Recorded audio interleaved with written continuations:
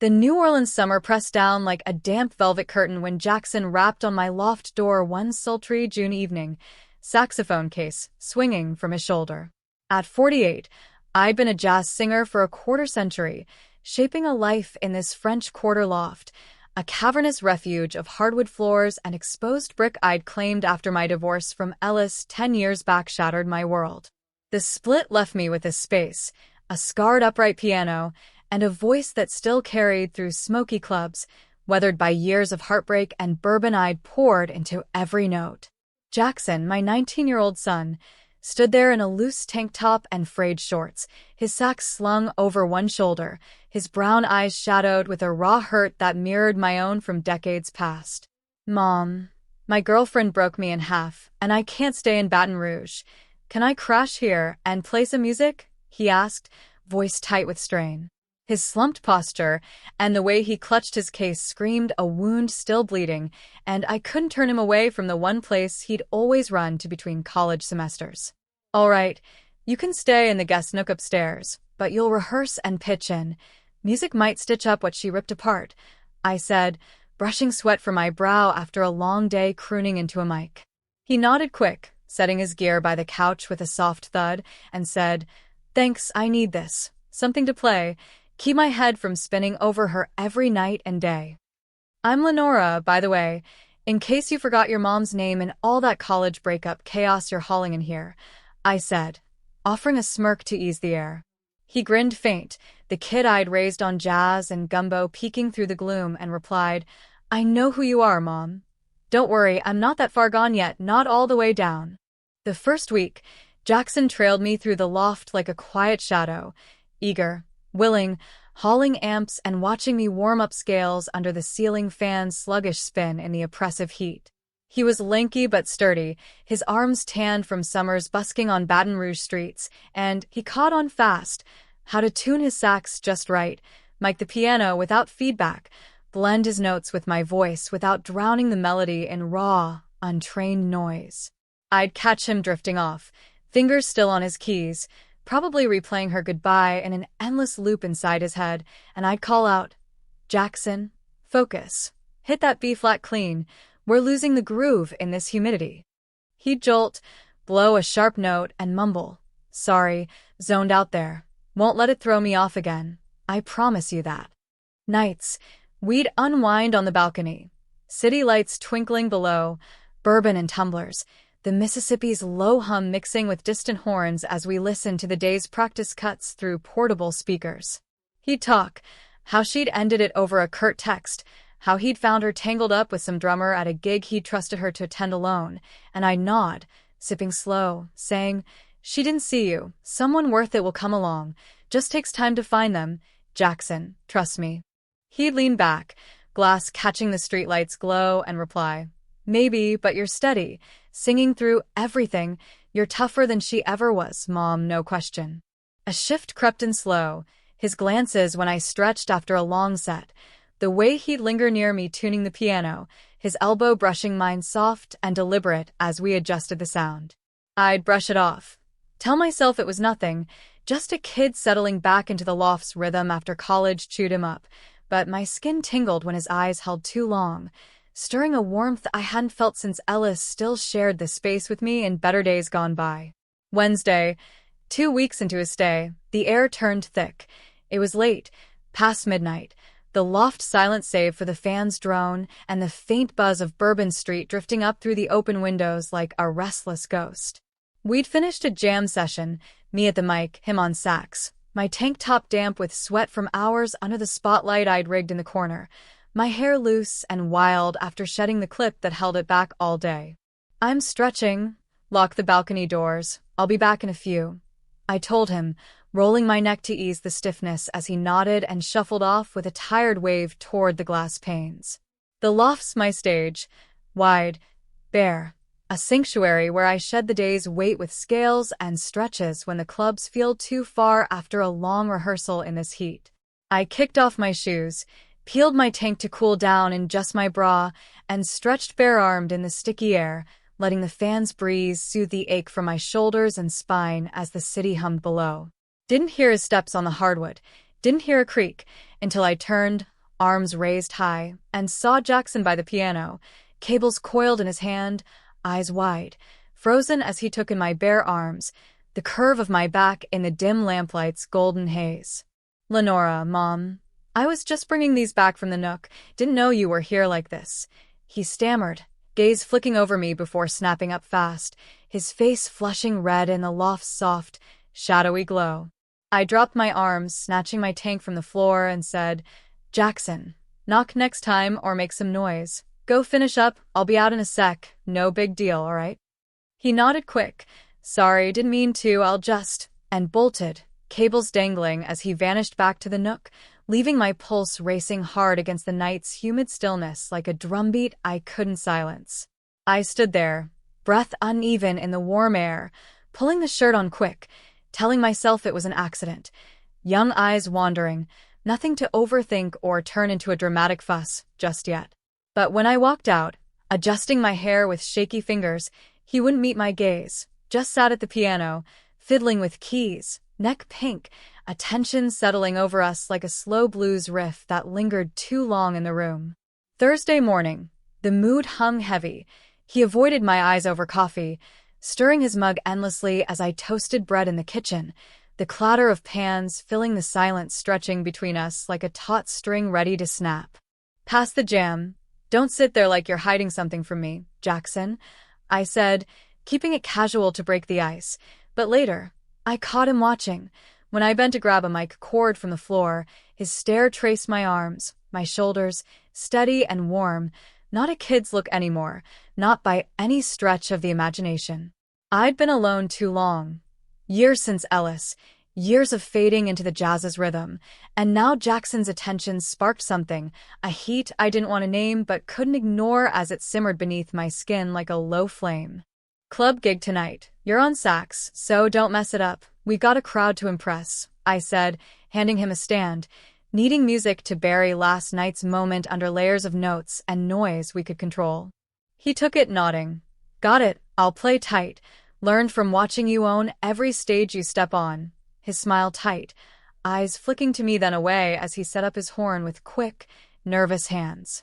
We rehearsed close, him blowing riffs, me crooning low, his arm brushing mine adjusting the mic, a touch that lingered too long, a quiet pull I didn't call out but felt in every nerve like a live wire humming.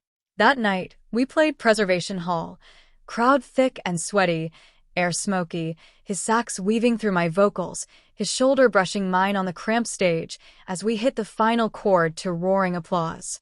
"She didn't get me. Thought music was a hobby, not my soul, not who I am," he said later, voice low, sipping bourbon on the balcony as the city buzzed below us in the sticky dark. I leaned on the rail, glass cool in my hand, and replied, "Her mistake. You've got fire, a sound, more than she'll ever hear in her shallow little world, Jackson, believe me." His eyes met mine, holding steady in the streetlight's glow, and he said, "You're different, real, built this life from nothing. Don't need anyone to tell you your worth, Mom." Took years. Ellis leaving showed me I'm enough, alone or not, and you'll learn that lesson too, I said, voice calm but firm against the night's distant horns and hum.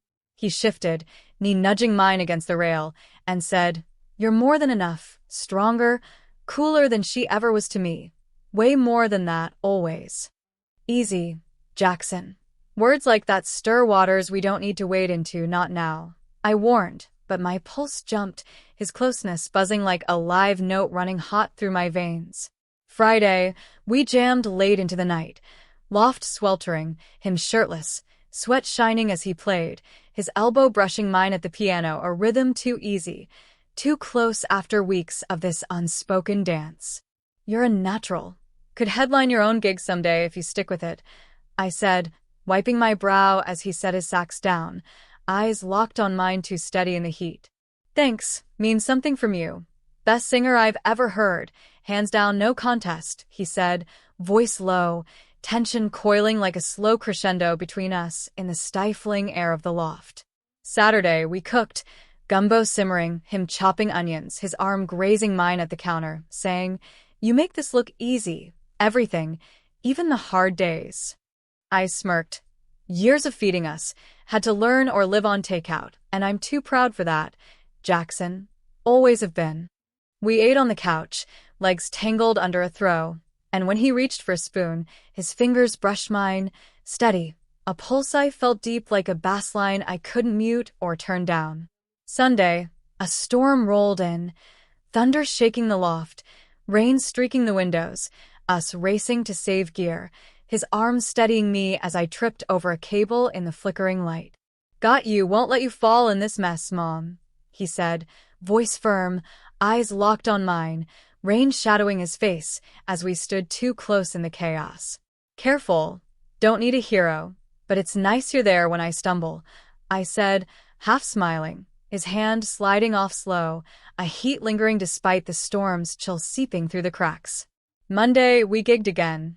Tipitina's crowd wild, his sax cutting through my vocals, his shoulder brushing mine, a sync we couldn't fake even if we tried to pull apart. She didn't care, just wanted some guy with a plan, not me, he said later, voice rough, sipping bourbon as the city pulsed outside the loft's open windows in the dark. I turned, meeting his gaze, and replied, her loss, you're real, got soul, more than she'll ever value in her narrow little life, Jackson. He leaned closer, eyes dark in the lamplight, and said, you see it, see me, and it's better with you, means more than she ever did, Mom. Jackson, slow down, this is a line, and we're too near it to act like it's not there, I said, but my hand stayed close, pulse racing like a snare hit I couldn't dodge or silence. His fingers brushed my wrist, slow, warm, and he murmured, saw you Wednesday, keeps coming back, can't let it go. Not even if I wanted to try.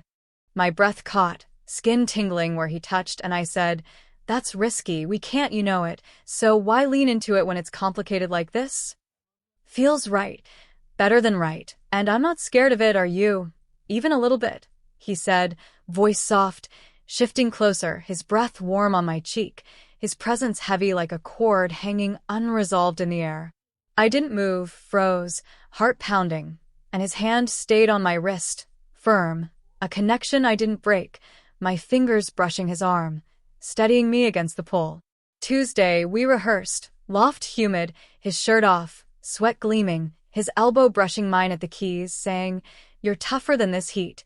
Keeps me going, Mom. I nodded. Years of singing through it, had to learn or lose my voice, and I'm too stubborn to quit, Jackson. Wednesday, a club owner called, offered a residency, me and him, and Jackson grinned. We're a team, your voice, my horn, they see it too. I smirked. They're right, you're good, and I'm not sorry you're here. His hand brushing my back, passing a chair, a spark I didn't douse fast enough. Thursday night, quiet, rain soft, us on the balcony, bourbon warm, his leg pressed to mine, silence thick with everything unsaid, everything felt like a song we couldn't play yet. I keep seeing you Wednesday every night. It's in me, Mom. Can't shake it no matter how hard I fight, he said, voice low, hand sliding to my arm, firm, a heat I couldn't push away even if I tried with all my strength. Jackson, we're past safe. Too late to stop. Too soon to know what this is, what it could mean for us, I said, breath short, his fingers tightening, eyes locked on mine with a weight I couldn't lift or turn away from. He leaned closer, breath warm, hand steady on my arm, mine on his shoulder, a closeness wrapping us like the loft's echoing walls around a lingering, unresolved note. We held there, air trembling, his heat sinking deep, and I whispered, no one knows, ever. Swear it again, Jackson. Or this ends cold right here. No second chances. Ours, hidden, locked. I swear, Mom, always, no matter what comes next, he breathed, hand firm, sealing it as the rain fell soft, a secret humming low and deep in the New Orleans night. Friday morning, he was restless, coffee brewing early, handing me a mug as I shuffled in, voice shaky. We still good? Need to know this holds, Mom. I sipped. We're fine. Keep it silent, careful, and we'll figure it out step by step, day by day, Jackson. Watching him relax, a secret tying us tighter with every shared note in this loft. Friday morning lingered heavy in the New Orleans loft. the air still damp from last night's rain as Jackson handed me a steaming mug of coffee with a jittery grip. After weeks of late-night talks, our secret sealed under the balcony's bourbon haze, I'd woken with his promise echoing louder than the city's horns outside my window. "We still good after all this, Mom? I need to know we're not unraveling under the weight," he asked, voice low and unsteady, his brown eyes searching mine as the fan spun lazy circles overhead. I took the mug, sipping slow to steady my nerves, and replied, "We're fine. Keep it quiet, hold the line, and we'll navigate this step by step, Jackson, together." The day called us to work. Club owner wanted a rehearsal for the residency, so we hauled gear downstairs, sweating under the sun as the quarter woke with its usual clamor. He stayed close, his arm brushing mine, lugging the amp, his shoulder nudging me as we set up in the loft, a rhythm too familiar after weeks of this unspoken tie binding us tighter. I'd catch him watching when I adjusted my mic stand. His gaze lingered on my hands, my neck, steady and warm, reigniting the heat I'd felt since that Wednesday's stretch under the fan's hum. "Focus. Run that riff again. We need it tight for tomorrow's crowd," I called, tapping the piano, needing sound to drown the pull thrumming between us like a live wire. Back upstairs, we tuned, sweat thick, his shirt off, his elbow grazing mine at the keys, a closeness too easy, too deep in the loft's sticky air after the morning's labor. "You're good. Residency's yours if you want it. Could build something here," I said, wiping my brow as he leaned on the piano, eyes locked on mine too steady for comfort. "Thanks, means a lot from you. Best I've ever heard, makes me want to stay," he said, voice low, tension coiling like a slow sax line we couldn't stop playing now.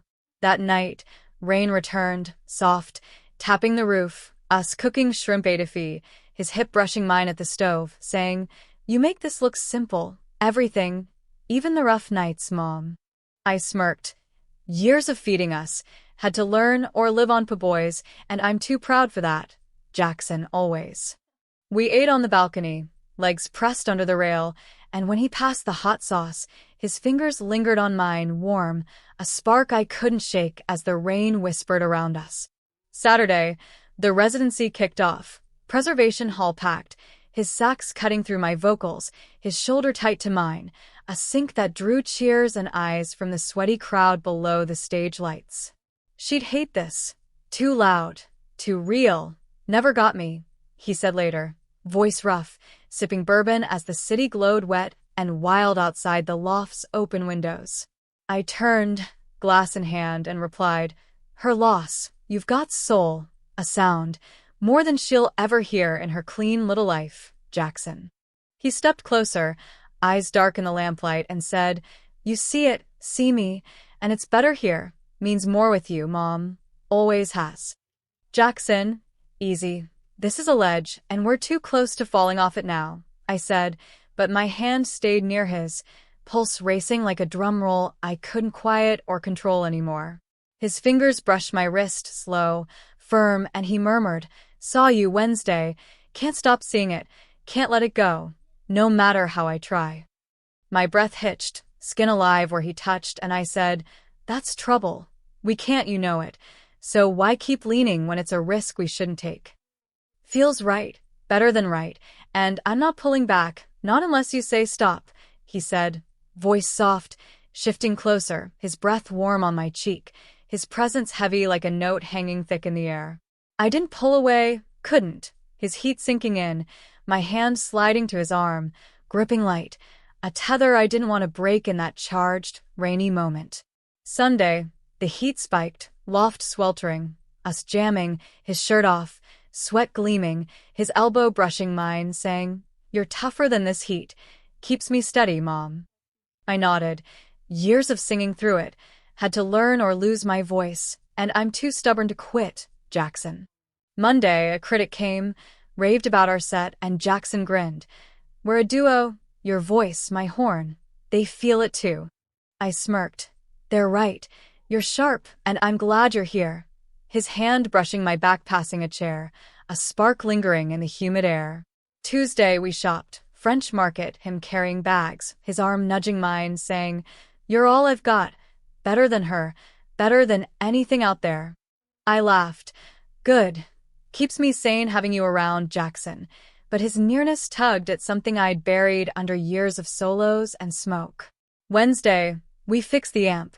Wires tangled, his shoulder tight to mine, his voice low. Glad I'm here. Beats Baton Rouge. Beats everything with you. Thursday night, quiet. Rain soft, us on the couch. Bourbon warm, his leg pressed to mine. Silence thick with everything unsaid. Everything pulsing like a heartbeat through the loft's old walls. I keep seeing you Wednesday every night. It's in me, Mom. Can't shake it no matter how hard I fight it, he said, voice low, hand sliding to my arm, firm, a heat I couldn't extinguish even if I wanted to try with all my strength. Jackson, we're past the edge. Too late to turn back. Too soon to know what this is, what it could do to us. I said, breath short, his fingers tightening, eyes locked on mine with a weight I couldn't lift or escape from now. He leaned closer, breath warm, hand steady on my arm, mine on his shoulder, a closeness wrapping us like the loft's echoes around a lingering, unresolved chord in the dark. We held there, air trembling, his heat sinking deep, and I whispered, no one knows, ever. Swear it again, Jackson. Or we end this cold right here. No second chances at all. Ours, hidden locked. I swear, Mom. Always, no matter what comes next, he breathed, hand firm, sealing it as the rain fell soft, a secret humming low and deep in the New Orleans night around us.